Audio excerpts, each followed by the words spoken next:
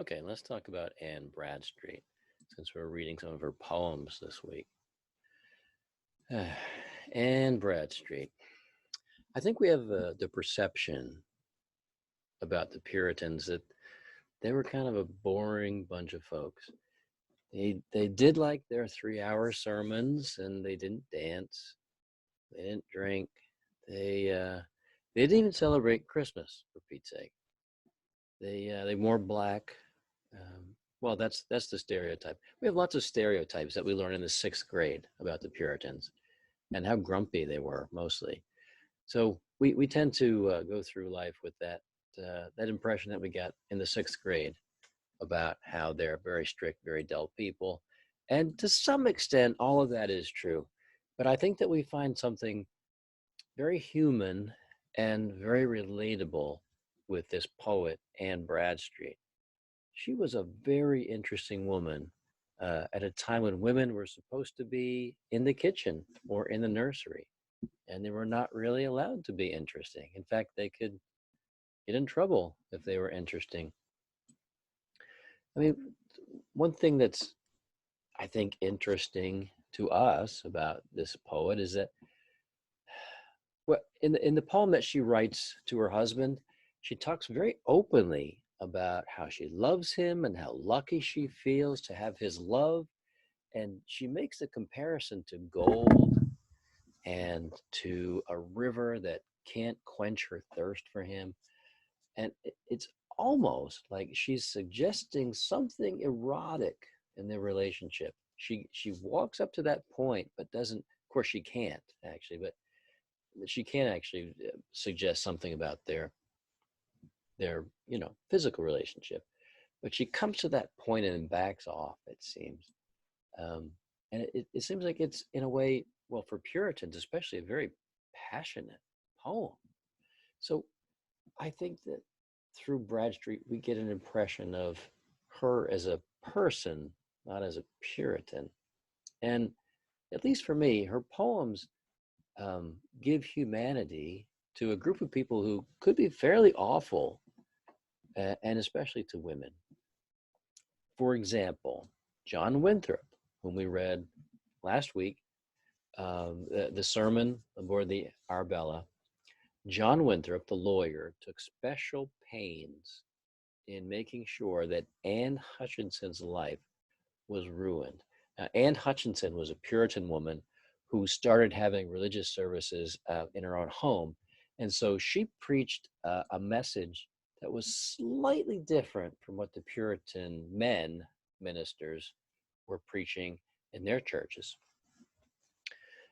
So she was preaching a different message about God, and she was a woman. And Puritan society could not tolerate that. So she was put on trial by John Winthrop, and she was exiled. She had very good reasons for what she was doing, and she made her case in court, and still the Puritans sent her away from the community. So she and her whole family had to pack up and move to Rhode Island, where they were killed by a group of angry Indians. So did the Puritans know that that was going to happen? Was it a possibility? Perhaps, perhaps not. But it seems like women got a pretty rough shake by the Puritans. And so maybe that's why Anne Bradstreet wrote her first poem, the author to her book. If you read this poem, it seems um, it seems like she's really calling herself an idiot in a way. So with this book of poems, she actually does step out into public view, and she really borders on violating the cultural expectations uh, that that society had for women. So if good Puritan women stay at home and tend the children, someone like Anne Bradstreet should not be stepping out into public view and displaying her superior education, which she had gotten in England before she moved to the colony. Um, she doesn't just stay in the nursery or the kitchen, she does the opposite. She writes a poem that introduces her book of poems. And in that introduction, she develops an elaborate metaphor in which she describes her book of poems as a child. And it sounds nice, but the child that she describes is deformed and damaged. And she talks about herself, the poet, as simple minded and poor and unfit. So it may be that she's being a good Puritan here in showing her humility, but it may also be that she knows that she should apologize in advance for being so talented and so clever and for stepping out into the arena where men are supposed to be, not women. Or, or maybe she was just having a bit of fun. The tone here is ironic, I think. So perhaps she could pretend to be dumb because everybody who knew her was struck by her education and her appreciation of education. It was something I think that the whole family felt. I mean, it was her father and her husband, especially, who were both very important in the creation of Harvard College, which would become Harvard University. Education meant something to everybody in that family. And I don't think that she had to hide it, really. And so perhaps she's playing a game. And finally, her poetry is really not that great, except that it does show us the emotional and human side of Puritan society, which is why people read Anne Bradstreet. For example, she shows us the fear that women felt during childbirth in her poem Before the Birth of One of Her Children. In that poem, she seems to be anticipating her own death as a result of bearing a child. And she would have had real reason to believe that. Think about nowadays, a woman who is pregnant and about to have a baby goes to the hospital and she's surrounded by doctors and nurses and a whole team of people and a bunch of machines that go ping. And the mortality rate for mothers and children now is quite low because it's a whole process that's watched over by a bunch of people. But that wasn't the case in Bradstreet's time. In fact, infant mortality was very high, as you might expect at a time when childbirth was more or less something a woman did by herself or with a midwife and with some rags and hot water, and that's pretty much it. So lots of babies died, and lots of mothers died trying to have them. So when Bradstreet writes her poem as she's about to give birth, she was showing the real fear that women would have felt at that time. She's reminding her husband of her love and how their love will continue even after she's dead. And it's touching and it's sweet. And it's the last thing that we would expect to come from a Puritan. And finally, regarding childbirth, Anne Bradstreet was a bit of a miracle worker.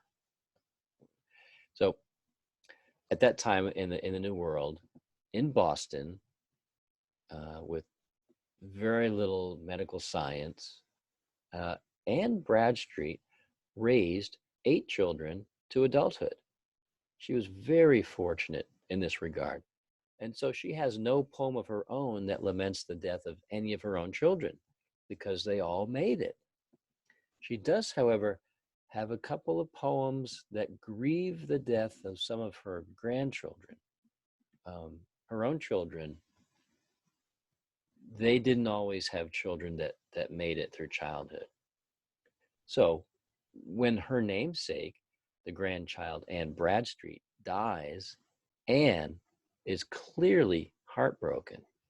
She tries to cheer herself up by explaining that the grandbaby has gone to heaven and that she will see her granddaughter again one day. But the tone of the poem is clearly very sad and upset and almost angry. She compares the little baby girl to a withering flower and to a bubble, to things that perish quickly. So she she goes into the poem suggesting that she knew that the baby was always frail and wasn't going to make it very long. But when she ends the poem by saying that she is cheered up, the tone of the poem sounds false. Up to the ending of the poem, she sounds angry. And so to end the poem by saying, "Oh, now I'm cheered up," it doesn't quite ring true, finally. It sounds like something that people would expect her to say, but I don't quite think she felt it. And then there's the poem about her granddaughter, Elizabeth Bradstreet.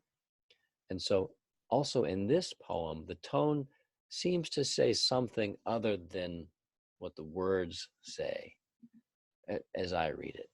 The poet, Anne Bradstreet, suggests that everything has its time, and she compares baby Elizabeth to plants that have been newly planted and trees that have been newly blossomed. Um, in this poem, she seems to be saying that she understands about the death of her granddaughter. But the poem ends with her saying that God is responsible for the early death of things.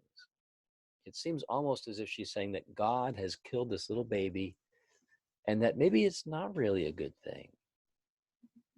She doesn't actually ask the question, but she comes to the point of asking it, which is not something that a Puritan woman can do.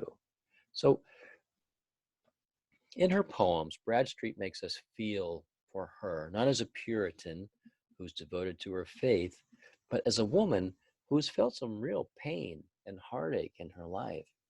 There are other poems that talk about the burning down of a house, the death of other people. Um, she's had some real issues in her life that she has worked through. And in a way, she's kind of tough. She was well educated. She seems to have loved her husband deeply, which is unexpected.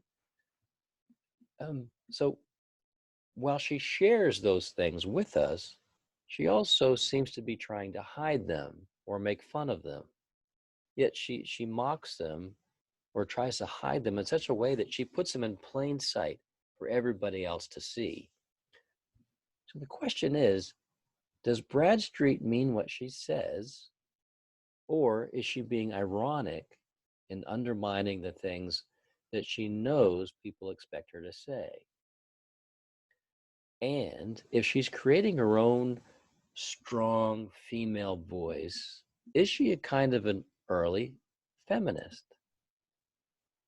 I leave you with those questions about the mother, wife, and poet, Anne Bradstreet.